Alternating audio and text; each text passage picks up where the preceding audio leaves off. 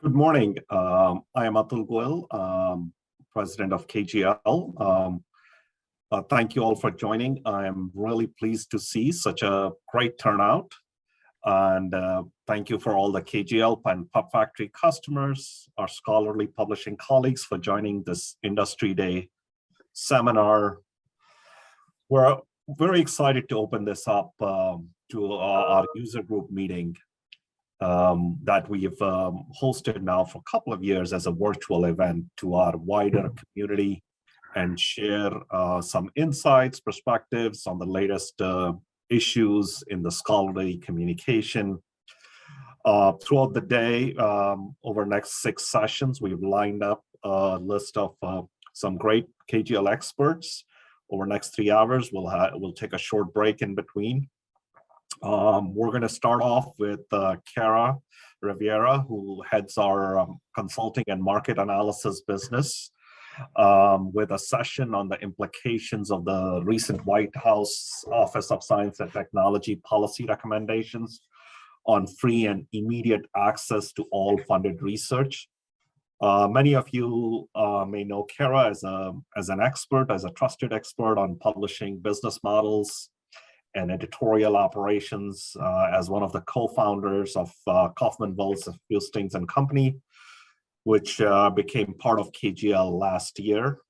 And KDF continues under the KGL umbrella to provide respected advice and quality service, and truly completes our full service proposition for publishers. And with that, I will turn this over to Cara and Howard Ratner of CHORUS to take us through our first session. Thank you again. Thank you so much, Atul, and welcome and thank you for everyone for being here today. We really look forward to talking with you about our new favorite subject in the industry, the OSTP memo and public access. I'm very happy to be here today with Howard Ratner, the Executive Director of CHORUS. And what we thought we would do today is go through just a snapshot of what the memo says. We know that most of you probably on the call have read the memo carefully and lots of the great analysis that's already been published, but we thought it might also be nice when you get a copy of the slides to have it all in one place. We'll also talk about what we've seen that the memo says, but also what it doesn't say, and also just noting the schedule. And then we thought it would be interesting to include just a sampling of reactions from different corners of the industry. And then really the part of the call that we're most excited about is to talk with Howard. And I'll post questions, but we really hope that you'll post questions in the chat and that we will be able to moderate that and make sure that we try to get as many of your questions answered as possible today. So when you get the copy of the slides, you'll have more information about Howard, but many of you probably know him well.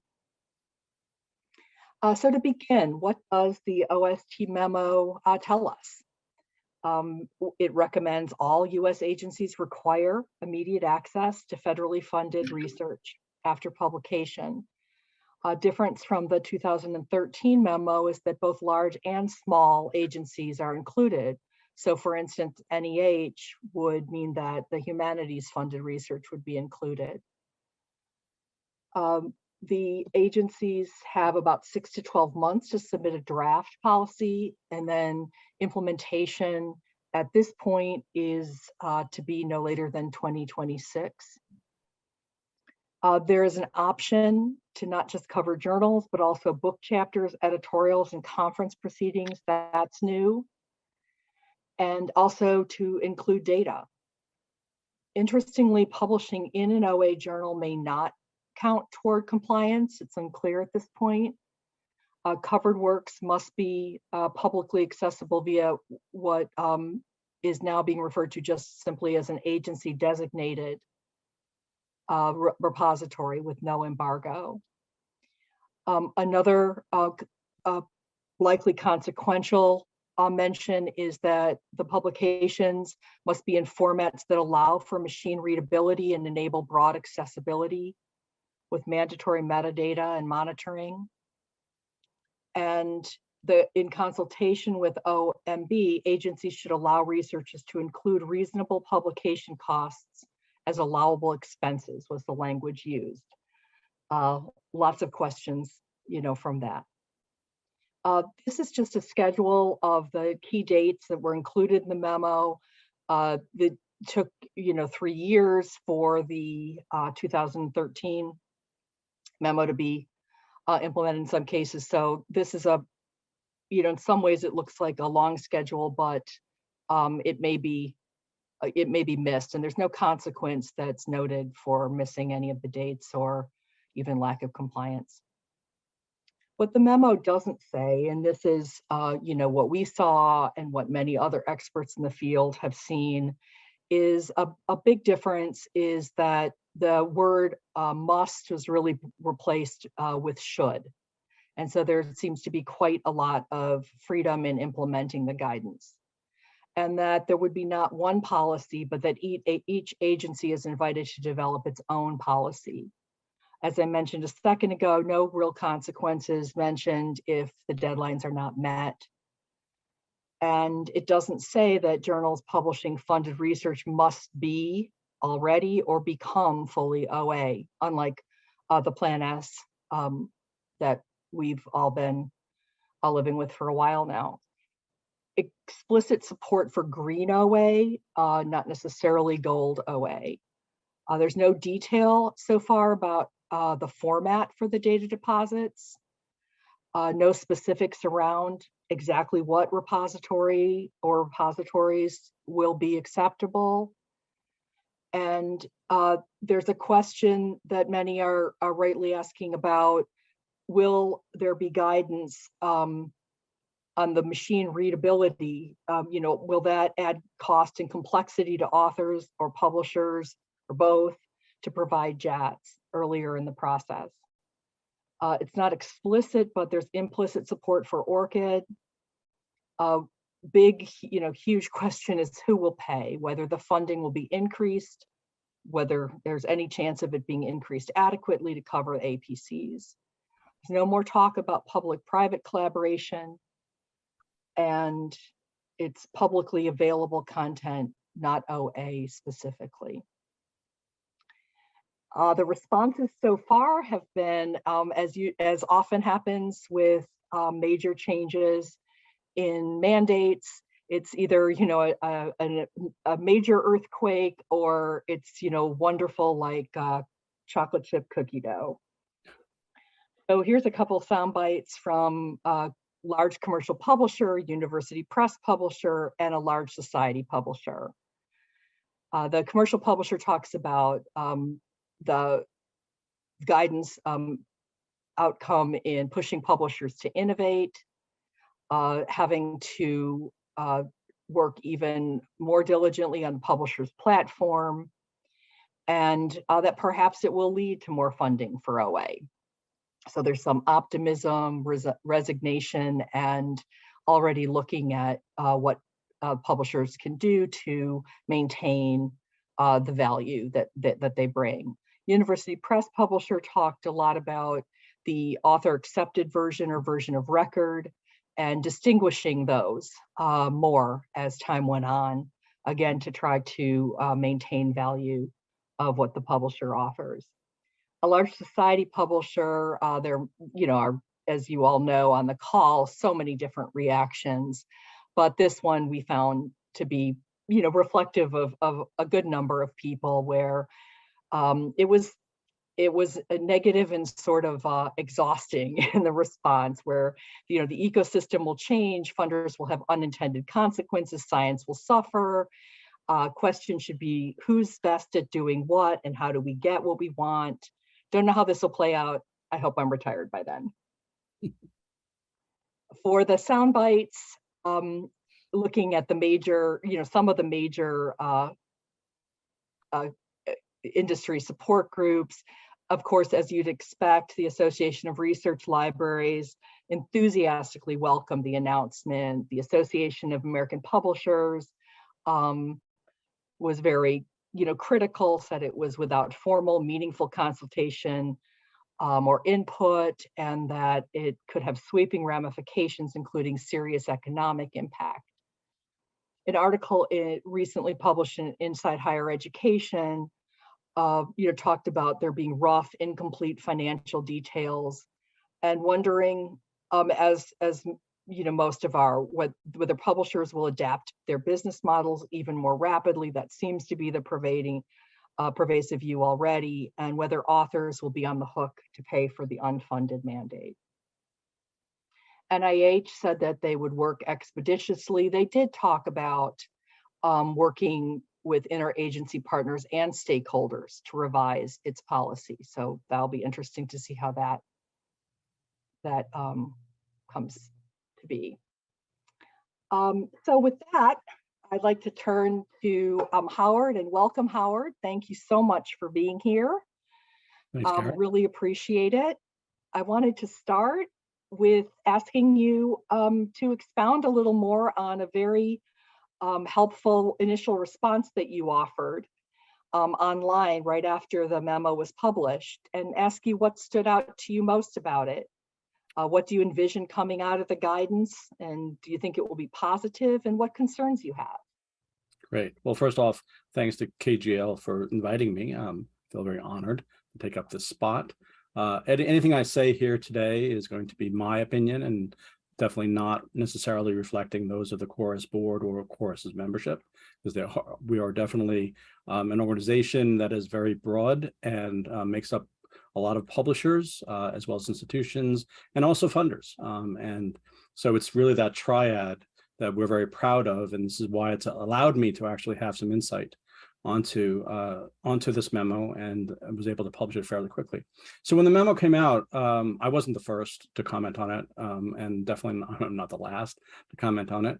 But I realized that everyone was just lending their opinions. Some of them did some excellent analysis, but no one was really parsing the memo like line by line.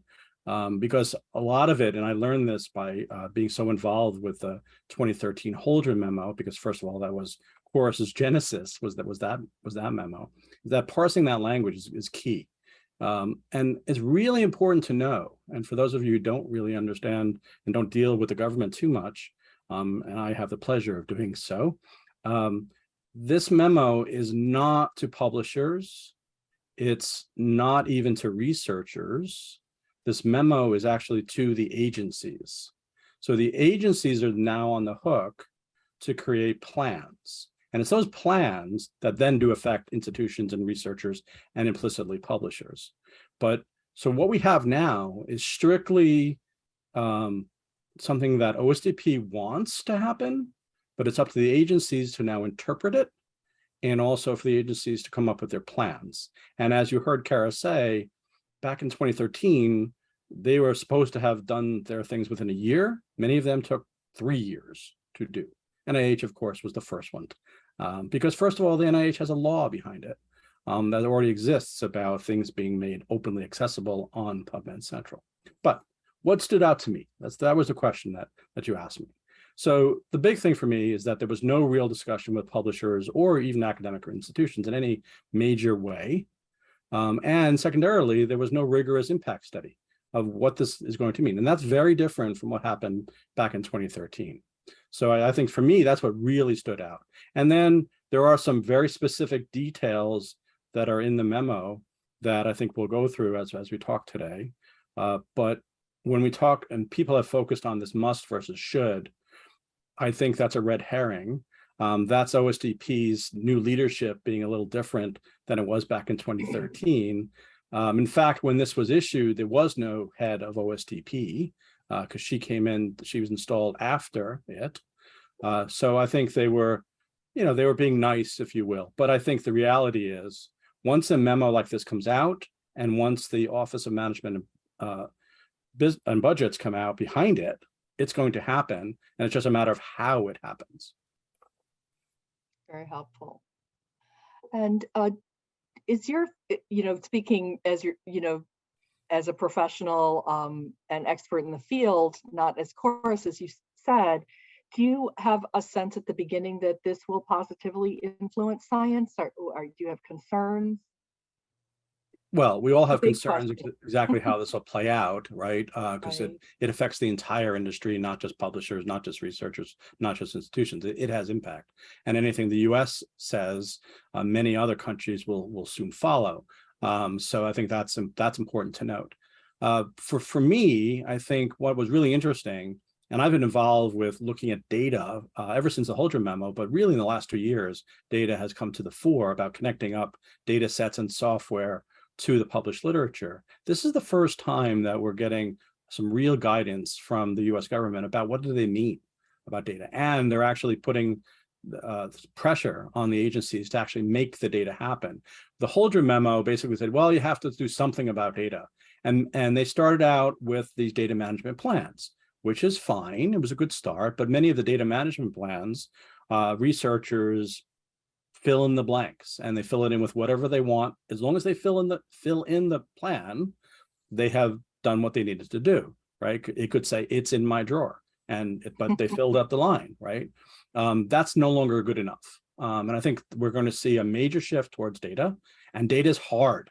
And I think that's going to be really interesting to watch. And people like Chorus and work like I've been working with AGU and many others, this is going to be a major emphasis for the next few years. Additionally, first time ever, the government has said persistent identifiers are now mandatory.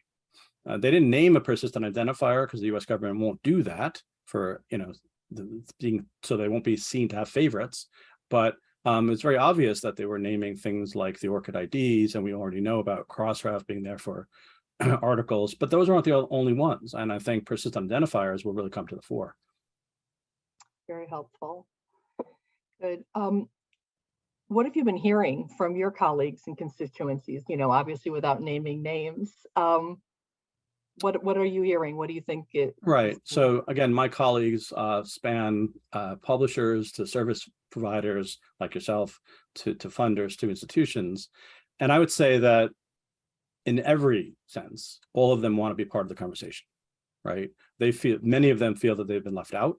But ultimately, all of them want to make open research work. So no one's saying this is a horrible thing. It's more about how it was distributed. It's about some of the nuance of the language or lack of nuance in the language, but they all feel they want to contribute to this and they want to make positive strides towards making open research work. Very helpful. And how do you think that the memo may influence or change Chorus and your contribution there? It's interesting. When I first read this memo, I said, wow, this is going to be just like the Holdren memo, have a major impact on what we do. But this is why I wanted to parse the memo. I wanted to really understand, what did this mean? And actually, for Chorus and what we do, we are already agnostic about when it comes to the length of the embargoes that publishers choose, and also when it's being made available and what is being made available, whether or not it's the accepted author manuscript or the version of record, which has all the copy editing and everything else in it. We're already helping agencies like NSF, DoD, DOE, NASA, the list goes on, realize their existing plans. And some of them have actually named Chorus as being their partner. Now, it's not the exclusive way to do it, and we're way too small to be ever exclusive to do that. But we are definitely helping some of these folks because I think you said it in one of your boxes earlier on, some of these agencies have no ability to have a repository of their own, but yet they still need to be able to point to the content that is derived from their research. So, we already do that. And when it comes to data sets, this excites me because, like I said, the last 2 years, we've been spending a lot of time figuring out the ways to make this happen. This will only accelerate that. So it's kind of very exciting to me. That's wonderful. You were very helpful when we talked before, Howard, before this conversation about what we should highlight. And one of the things that you brought up, which I thought was great, it certainly was helpful to me, is to talk about the role of OSTP. And you sent me this slide. And so I wondered if you wanted to comment more on it. Yeah, first of all, I'm going to not take credit for this slide because I believe it was Excuse somebody else me, that, right? that actually created the slide. But the first thing to note is that the OSTP is, or the Office of Science and Technology Policy, is part of the executive branch. So their director reports directly to the president. It is a Senate-confirmed presidential appointee, which was just recently done. It is a high-level committee, and one of its main things is to coordinate the function of what's called the National Science and Technology Council, NSTC. And by the way, if you ever speak to govies, they love acronyms. So there's tons of them. The director of the OSTP serves on this NSTC. It's also staffed by the OSTP. There's also a non-government committee called PCAST, yet another acronym, which is the President's Council of Advisors on Science and Technology. That's also co-chaired by the director of OSTP and staffed by OSTP. And that's comprised of presidentially appointed individuals who, don't have to be appointed by the Senate, but they come from industry, academics, et cetera, and they all advise the president. The important thing to note, however, is that the government agencies like the Department of Health and Human Services, which most of us just call NIH, but it is actually a higher organization, NSF, DOE, DOD, they also report directly into the president. They're part of the cabinet. So they are, if you will, sisters to OSTP. So when OSTP makes a mandate, it's kind of like one sister telling the other sister what to do. The sisters or brothers then make their decisions about what they heard and how they want to listen, so that the parent, if you will, the president, is then happy with those decisions. And ultimately, by the way, we have, again, as I mentioned, the Office of Management Budget behind all this, which do approve the budgets of these agencies. And that's actually where the power is here. Because let's face it, when you hold back someone's money, they listen much more carefully. Super helpful. Thanks so much. I'll just take a pause here and see whether there are any questions, Mike Groth from KGL, that you think we should interject here from the chat. If anyone has any questions, please feel free to enter them into the chat. We haven't gotten any just yet. Okay, great. Thank you very much. So I was wondering, this is asking you to look into your crystal ball, Howard, but I was wondering if you have any early thoughts, prognostications you'd like to offer on how the different agencies will decide to incorporate into their policies any of the following, on this list, anything that you'd want to talk about: versioning, the repository, what do you think will happen given your experience? Right. Well, if this comes out like the Holdren memo did, you're going to see a difference in the plans between the agencies large and small, and also based on subject areas, so that, some agencies are involved with the physics community very heavily, others involved with medicine, others involved with much more social sciences. And by the way, the great unknown for me, because I haven't really dealt with them, are these smaller agencies that deal with humanities and social sciences. It'll be fascinating because they're the ones that actually have the smallest budgets, so they're under 100 million, and they often don't give out a lot of grants because of that. And so when I used to speak to humanities and social sciences publishers, many of them will tell me, well, there's not a lot of grants being given out in their area, so I don't actually know how that's going to play out. So I find that fascinating. But looking down this list, in my opinion, I think, and strictly my opinion, I think for many agencies, the gold OA plan is going to work, despite the fact that, Cara, in your note, you were saying that this is a green OA play. Actually, many of the agencies will be very happy to link to the publisher's site, provided that the article is openly accessible and has some kind of a Creative Commons license that allows for maximum distribution. So it's very similar to Plan S in that fashion. So I actually think that Gold OA is going to work for many agencies. Every agency, probably not, but certainly some of them it will. Like, I don't think that's going to work for NIH. NIH already has a law about PMC, right? So that's really not going to work. But for others, I think it'll be perfectly fine. Yeah, and it's interesting that, just to interject here, that Plan S has come out with the committee and the trying to focus on social sciences and humanities, because this is such an issue for the reasons you raised. Well, it's interesting that subcommittee has actually been around for a very long time, and built into that subcommittee's name is science. But I was recently talking to some of my agency colleagues and asked, would there be another committee created for humanities and social sciences? They said, no. The fact that it says science, that doesn't really matter. We've already rolled in a lot of the social sciences. So we'll see how that plays out, because obviously these are much smaller players compared to, the giants like NSF, so we'll see. And as I think you also had a question about agency repositories. For me, again, the big agencies already have them. So, NSF has PAR, DOE's got Pages, NIH we know has PubMed Central, DOD has something that they call Pub Defense, USGS has their content warehouse. So they all have them, but do any of them feel that they're going to replace publishing? I'm going to say most of them don't believe that whatsoever. And most of them wouldn't dare to try to put as much money into their platforms as publishers do, but time will tell. Okay, very helpful. What about the idea of players outside the industry or ancillary to the industry? As we've often talked about for a few years now, search engines, Google, others that may find their way into, or major countries, China, actually taking a role with having more of the content available in the repositories and searching those. Yeah. So that's two very distinct questions in that one question. So I'll handle the first one first about search engines and others. They're going to love this initiative because it's more content for them to mine.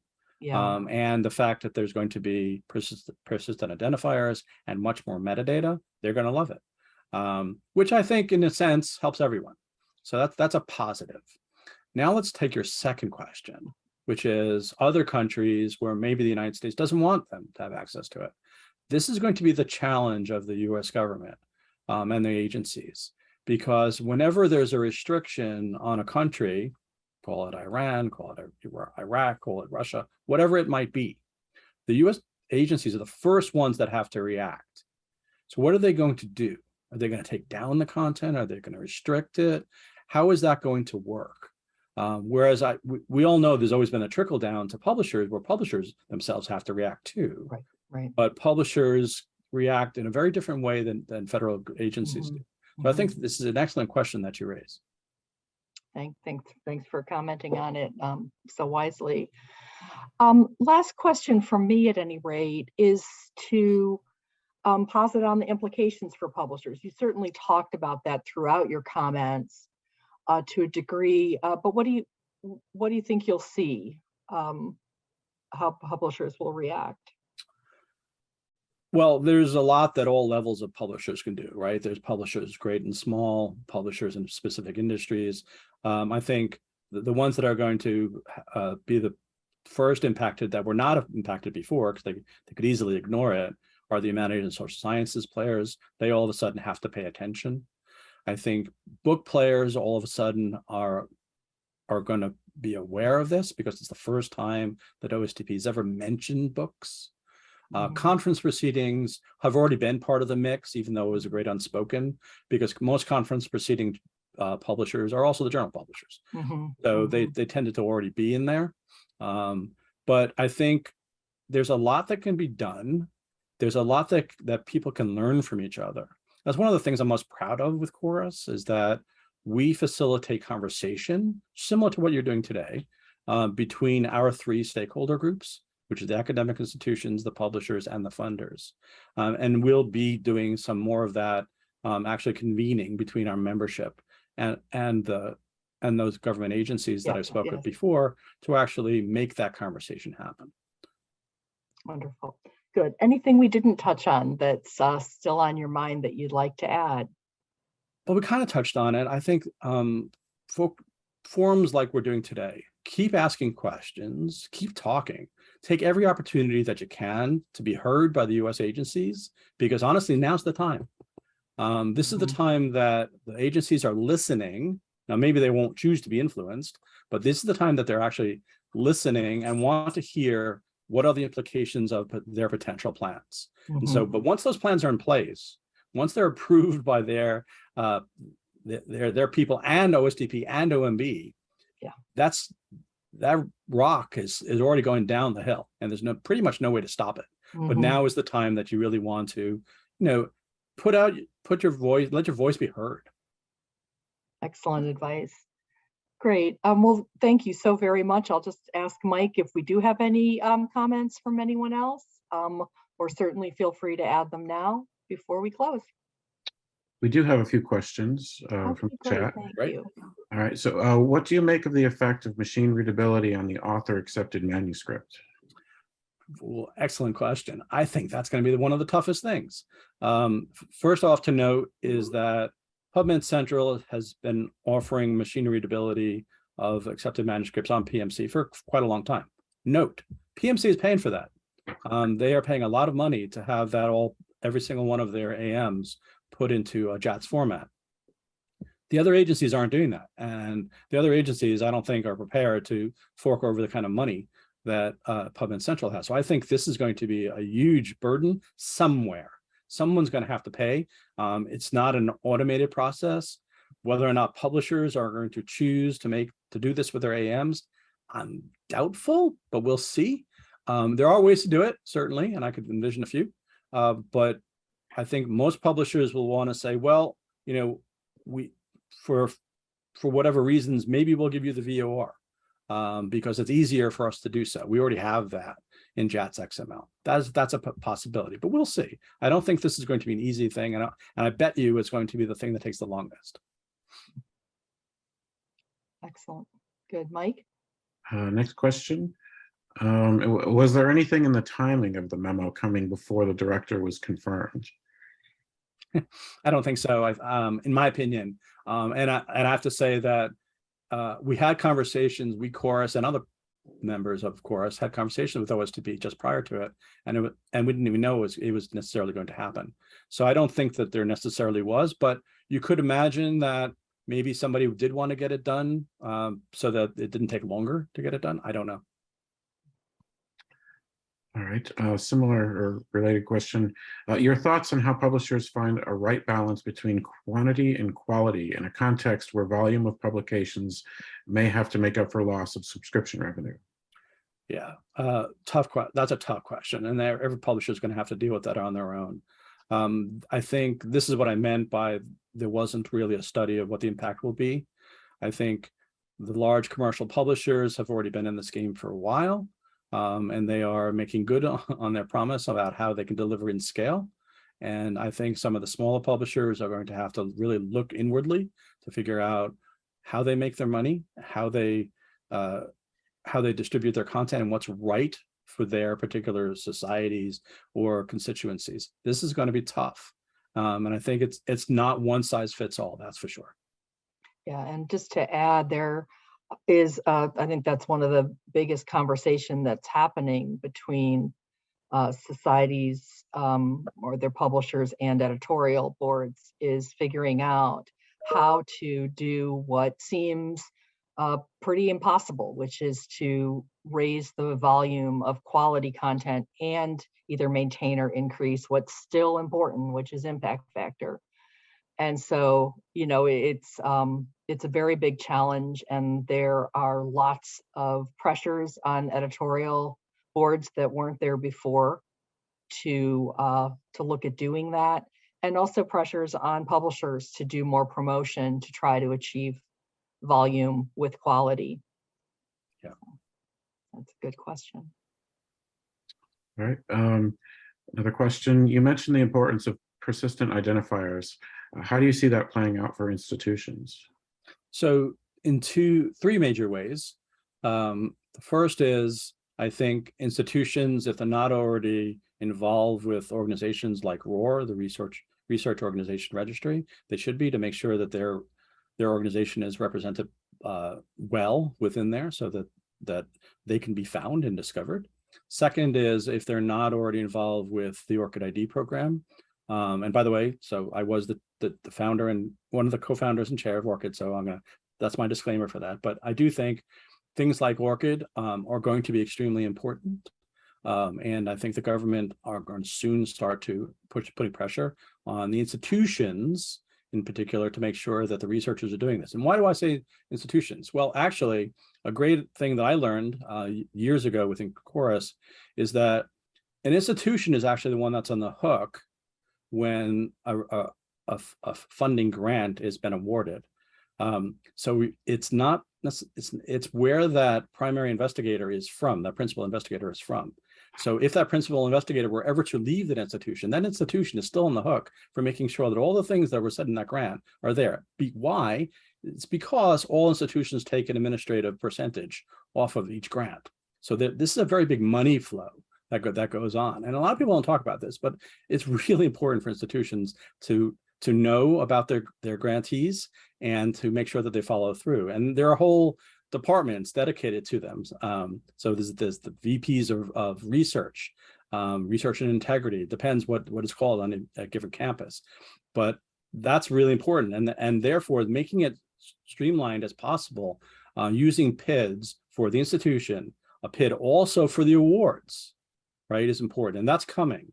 Crossref has been working with funding institutions to make grant IDs happen. But if you broaden the grant IDs and you broaden it out to all kinds of awards, it goes for awards of like use of telescopes and naval ships and all sorts of things. And all of these things, if you tie them all together, will make it a much more efficient process. And institutions have a critical role here because they are the ones that actually can apply pressure on the researchers earlier on before publication to make sure that all these pieces are in place. All right, a few more questions. Given that social sciences and humanities agencies don't necessarily make many grants, do you think this will decrease or increase that? In other words, is this something that is potentially a non-issue for SSH publishers, even though it seems intimidating at first? Yeah, not, as I said, I haven't studied the area well enough to know to understand the complete impact of it. But do I think there's going to be more grants? No, I think as far as I can tell, the amount of money that's in the system for humanities and social sciences is going to remain the same. So whatever the agencies are going to have is how they're going to choose to give out their grants. Unfortunately, I mean, I'd love to see more money come that way, but I don't foresee that, at least not based on this OSTP policy memo.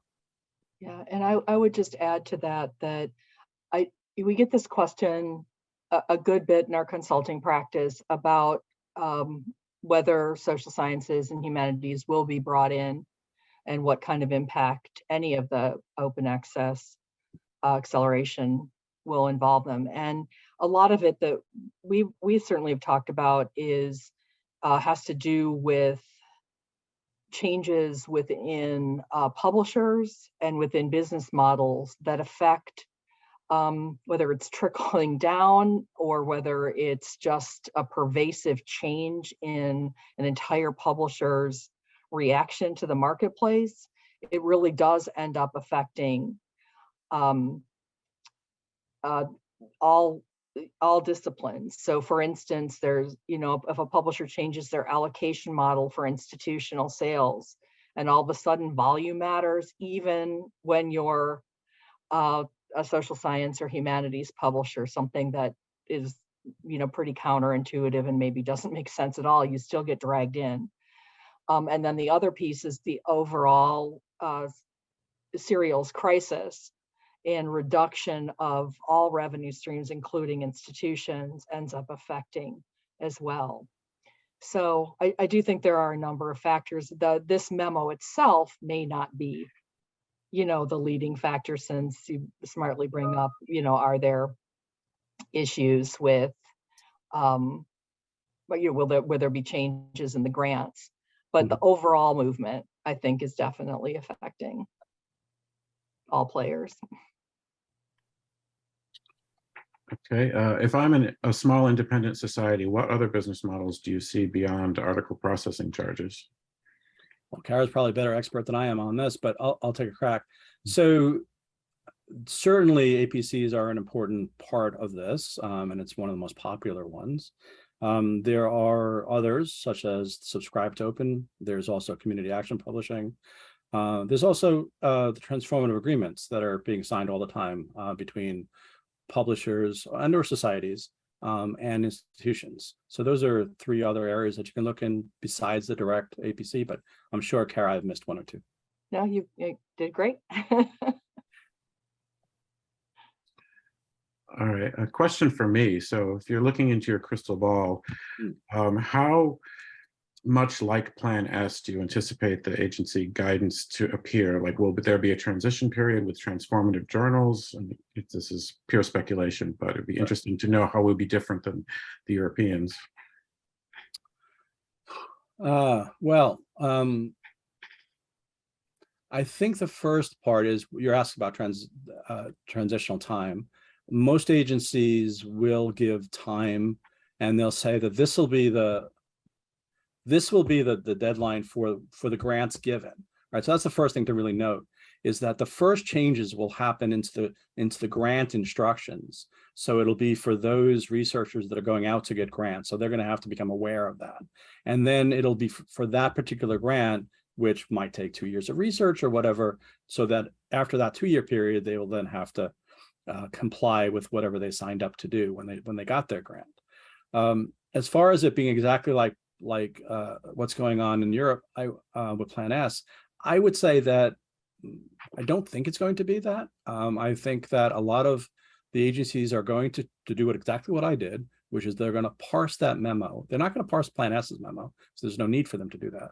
They're going to parse the OSTP memo, and they're going to then develop or change their existing plans, if they have them, to meet the needs of the OSTP memo and do exactly what is required to make the OSTP sign off on their plan. That's the important thing, right? So OSTP and OMB are eventually going to have to sign off on that plan, on that revised plan. And this is why for them, it's a very accelerated thing, because many of them have to have it by February. And I would imagine NIH will definitely have it by February or even before February, and possibly DOE, again, based on what I saw in 2013. These are the players that got their plans out early. The other ones will take their time, in my opinion. They'll see what the big dogs are doing, and they'll follow suit or say, well, that doesn't really work for me. I'm going to do something slightly different. But there's really no reason for them to follow Plan S unless the OSTP memo specifically called out Plan S, which it did not do. All right. I think we don't have any further questions, and we're just about at time. Perfect. Thank you both, and Thank you I very will. much, Howard. Thank you, Mike. This was a lot of fun. Thanks for inviting me. Very much appreciate it. Learned a lot. Thanks, everybody, for the good questions, too. So I think I will turn it over to Jose Fossey of PubFactory to introduce the next speaker. You want to go?